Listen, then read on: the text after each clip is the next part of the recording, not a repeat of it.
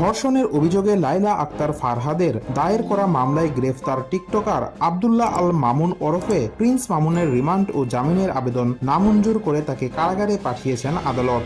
মঙ্গলবার ঢাকার metropolitan magistrate Mamunur Rashid শুনানি শেষে এই আদেশ দেন।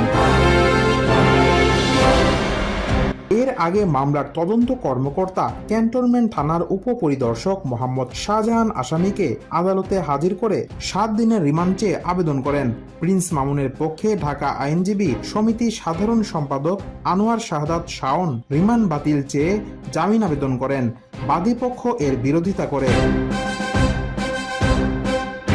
শুনানি শেষে আদালত রিমান্ড ও জামিনের আবেদন নাকচ করে তাকে কারাগারে পাঠানোর আদেশ দেন। এদিন আদালতে হাজির হন লাইলা। এর আগে প্রিন্স মামুনকে দুপুর 1:50 দিকে আদালতে হাজির করা হয়।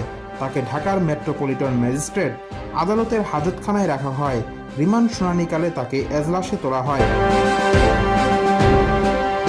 গত 9 জুন প্রিন্স মামুনের বিরুদ্ধে রাজধানীর ক্যান্টনমেন্ট থানায় মামলা করেন লাইলা। মামলার পর সোমবার রাত 9:30টার দিকে কুমিল্লা পুলিশ মামুনকে গ্রেফতার করে। এদিকে মামলার অভিযোগে বলা হয়েছে 3 বছর আগে ফেসবুকে আব্দুল্লাহ আল মামুন ওরফে প্রিন্স মামুনের সঙ্গে লাইলার পরিচয় হয়। এক পর্যায়ে মামুন বিয়ের প্রলোভন দেখিয়ে প্রেমের সম্পর্ক স্থাপন করে। পরে মামুন তাকে জানায় তার ঢাকায় থাকার মতো নিজস্ব বাসা নেই।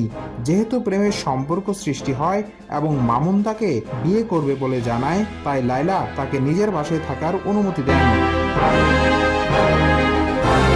2022 সালের 7 জানুয়ারি মামুন তার মাকে সঙ্গে নিয়ে লাইলার বাসায় এসে বসবাস করতে থাকে। ওই দিন থেকে মামুন তার সঙ্গে একই রুমে থাকতে শুরু করে। বিয়ের প্রলোভন দেখিয়ে একাধিকবার শারীরিক সম্পর্ক করে। মামুন লাইলার বাসায় থাকাকালে তার মা বাবা মাঝে মধ্যেই সেখানে এসে অবস্থান করত। মামুনকে একাধিকবার বিয়ের তাগিদ দিলে সে বিভিন্ন অজুহাতে সময় ক্ষেপণ করতে থাকে। সর্বশেষ চলতি বছরের 14 মার্চ মামুন আবার লাইলাকে ধর্ষণ করে। পরবর্তী সময়ে মামুনকে বিয়ের বিষয়ে বললে সে ক্ষিপ্ত হয়ে ওঠে এবং গালিগালাজ করে।